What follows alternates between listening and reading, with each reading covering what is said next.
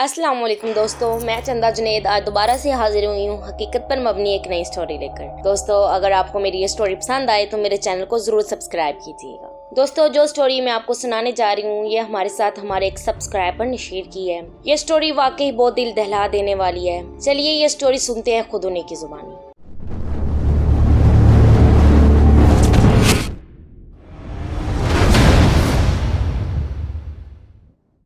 मेरे अबू बैरून मुल्क रहा करते थे और हम 4 बहन भाई और हमारी अम्मी पाकिस्तान में एक किराए के घर में रहा करते थे।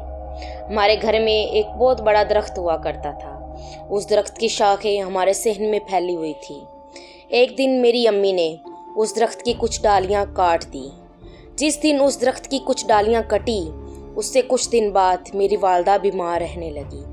वो बैठे बैठे कभी हंसने लग जाती तो कभी ज़ोर ज़ोर से रोने लग जाती और साथ अजीब अजीब बातें करने लग जाती।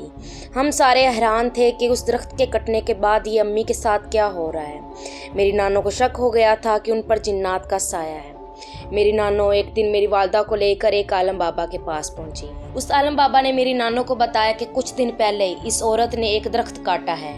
उस दरख्त पर जिन्नात के बच्चे रहा करते थे। जो डालियां इसने काटी हैं उन पर जिन्नात के बच्चों का बसेरा था और इसकी डालियां काटने की वजह से वो जिन्नात मर गए हैं। खैर, उस बाबा ने अम्मी का इलाज किया और अम्मी पहले से कुछ सेहतयाब हो गई, मगर वो जिन्नात जाते हुए बाबा को कह गए थे वो इस औरत को नहीं छोड़ेंगे। इस वाक़े के 1 साल बाद मेरी अम्मी की हालत बहुत ही ज़्यादा सीरियस हो गई। हमने फ़ैसला किया कि हम इस घर को छोड़कर कहीं दूर चले जाते हैं, जहाँ पर रहकर मेरी अम्मी की तबीयत पहले से कुछ बेहतर हो जाए। हमने इस घर से एक गली दूर एक नया घर ले लिया।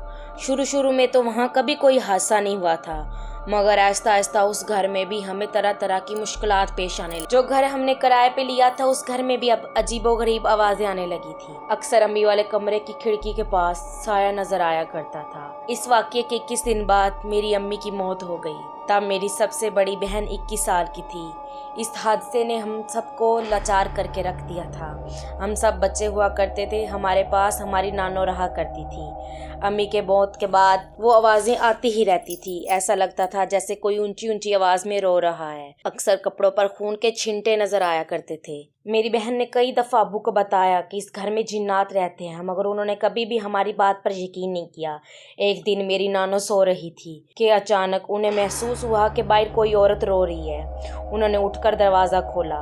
वो देखती हैं कि एक सफ़ेद बालों वाली औरत नीचे बैठी हुई रो रही है। वो उसे देखकर एकदम से डर जाती हैं कि ये कौन औरत है और हमारे घर क्यों बैठी हुई है और क्यों रो रही है। मेरी नानो उससे पूछती हैं कि तुम कौन हो।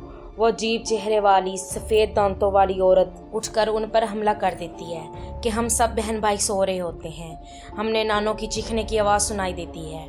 हम सारे भागकर बाहर निकलते हैं और देखते हैं कि नानो खुद अपने हाथों से अपना गला दबा रही होती हैं। ये वाक़या हमारे लिए इंतहाई खौफनाक था। उनके मुंह से खौफनाक आवाज़ें निकल रही थी। हम सारे डर के मारे चीखे मार रहे थे। यकदम से नानो को उठाकर कोई चीज़ दीवार में फेंकती है। जब हम उन्हें उठाने के लिए उनके पास पहुंचते हैं तो इस देर में उनकी मौत हो जाती है।